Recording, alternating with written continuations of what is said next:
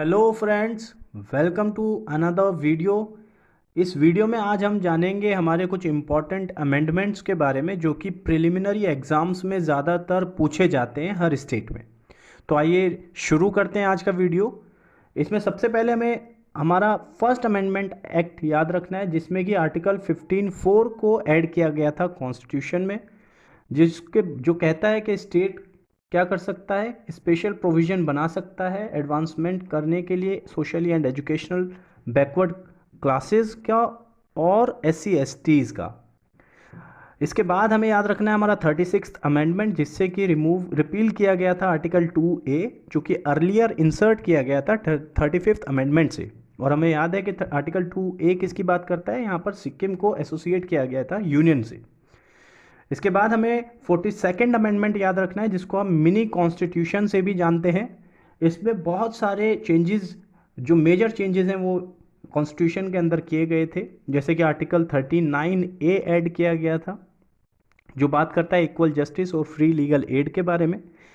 इसमें fundamental duties का जो पार्ट 4A है, जो कि आर्टिकल 51A में दिया गया है, वो ऐड किया गया था, जिसमें अब शुरुआत में 10 ड्यूटीज़ थी, उसके बाद 11th ड्यूटी भी ऐड की गई अनदर 86 अमेंडमेंट से। इसके बाद हमें याद रखना है हमारा आर्टिकल 48A जो ऐड किया गया था 42nd अमेंडमेंट से, जो बात करता है प्रोटेक्शन करने की एनवायरनमेंट की और सेफगार्ड करने की फॉरेस्ट और वाइल्ड लाइफ को। और साथ ही साथ 42nd अमेंडमेंट से क्या ऐड किया गया था, प्रियम्बल के अंदर 3 वर्ड्स ऐड किए गए थे, सोशलिस्ट, सेक्युलर और इंटीग्रिटी। उसके बाद जो प्रेसिडेंट हैं उनके लिए मैंडेटरी बना दिया गया था कि उनको एक्सेप्ट करना है काउंसिल ऑफ मिनिस्टर्स का एडवाइस। ये भी 42nd अमेंडमेंट से जोड़ा गया था। इसके बाद आता है 44वां संशोधन, जो कि हमारा बात करता है आर्टिकल 19(1)(f) को और 31 आर्टिकल को डिलीट किया गया था 44th अमेंडमेंट से, और इसको ले जाकर के कहाँ जोड़ा गया था, आर्टिकल 300A में। ये राइट टू प्रॉपर्टी से रिलेटेड आर्टिकल्स थे, जिनको फंडामेंटल राइट से हटा के कहाँ जोड़ दिया गया था, कॉन्स्टिट्यूशनल राइट बनाया गया था।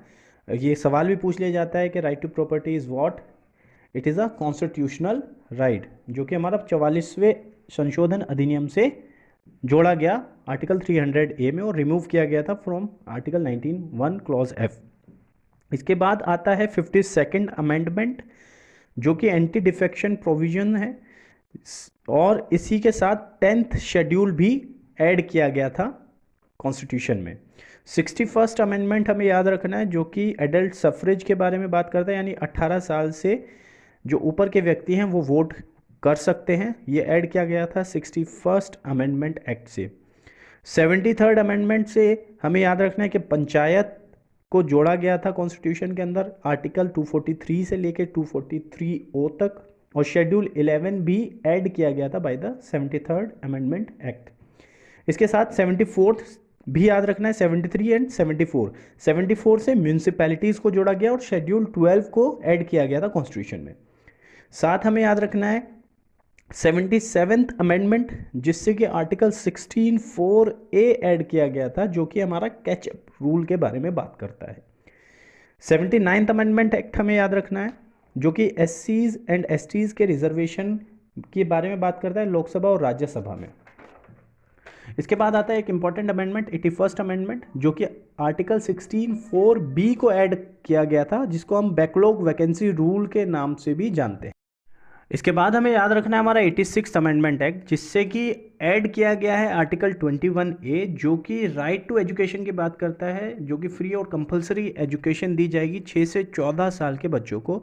और साथ ही साथ ये ऐड करता है आर्टिकल 51A में 11th ड्यूटी, जो कि के क्लॉज में जोड़ी गई है। वहाँ पर भी जो गार्जियंस और पेरेंट्स हैं उनकी जिम्मेदारी है कि वो अपने बच्चों को एजुकेशन दिलाएंगे।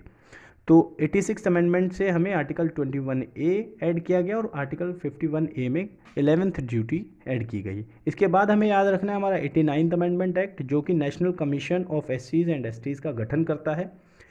91st अमेंडमेंट एक्ट से क्या हुआ था, ये बहुत इंपॉर्टेंट एक्ट है। इसमें हुआ था कि जो नंबर ऑफ मिनिस्टर्स हैं किसी भी गवर्नमेंट में, वो 15% रहेंगे, उससे ज़्यादा नहीं एक्सीड करेंगे जितने भी टोटल नंबर ऑफ मेंबर्स हैं उस पर्टिकुलर हाउस में। इसके बाद ऐड किया गया 93rd अमेंडमेंट एक्ट से आर्टिकल 51 क्लॉज 5। याद ये रखना है कि आर्टिकल 15 क्लॉज 4 ऐड किया गया था फर्स्ट अमेंडमेंट एक्ट से, और आर्टिकल 15 क्लॉज 5 ऐड किया गया आपका 93rd अमेंडमेंट एक्ट से। इसमें क्या हुआ था, इसमें जो सोशली और एजुकेशनली बैकवर्ड क्लासेज हैं और एससीज और एसटीज़ हैं उनके लिए स्पेशल प्रोविज़न बनाने की जो है पावर दी गई थी एडमिशन के regarding in educational institutions, right. इसके बाद इंपॉर्टेंट अमेंडमेंट आता है 97th अमेंडमेंट, जो कि कोऑपरेटिव सोसाइटीज़ के बारे में ऐड किया गया था, कोऑपरेटिव सोसाइटीज़ को। इसके बाद हमें याद रखना है हमारा 101st हमारा अमेंडमेंट, जो कि 101वां संशोधन है, जिससे कि जीएसटी काउंसिल को ऐड किया गया था। और रिसेंटली जो हमारे अमेंडमेंट्स हो चुके हैं वो 105 अमेंडमेंट हो चुके हैं। रिसेंटली 105वां संशोधन अधिनियम आया है, जिससे कि रेस्टोर किया गया है पावर्स को किसकी, स्टेट और यूटीज़ की, कि वो स्पेसिफाई कर सकते हैं अपने स्टेट में किसी भी ओबीसी को, अदर बैकवर्ड क्लासेस को। तो इतने अमेंडमेंट्स हमें कंपलसरी है याद रखना, क्योंकि ये बार बार रिपीटेडली पूछे जाते हैं एग्जाम्स में। So thank you friends. अगर आपको हमारी वीडियोस पसंद आती हैं, हमारे चैनल को लाइक करें, शेयर करें और सब्सक्राइब करें और हमें मोटिवेशन दें। Thank you.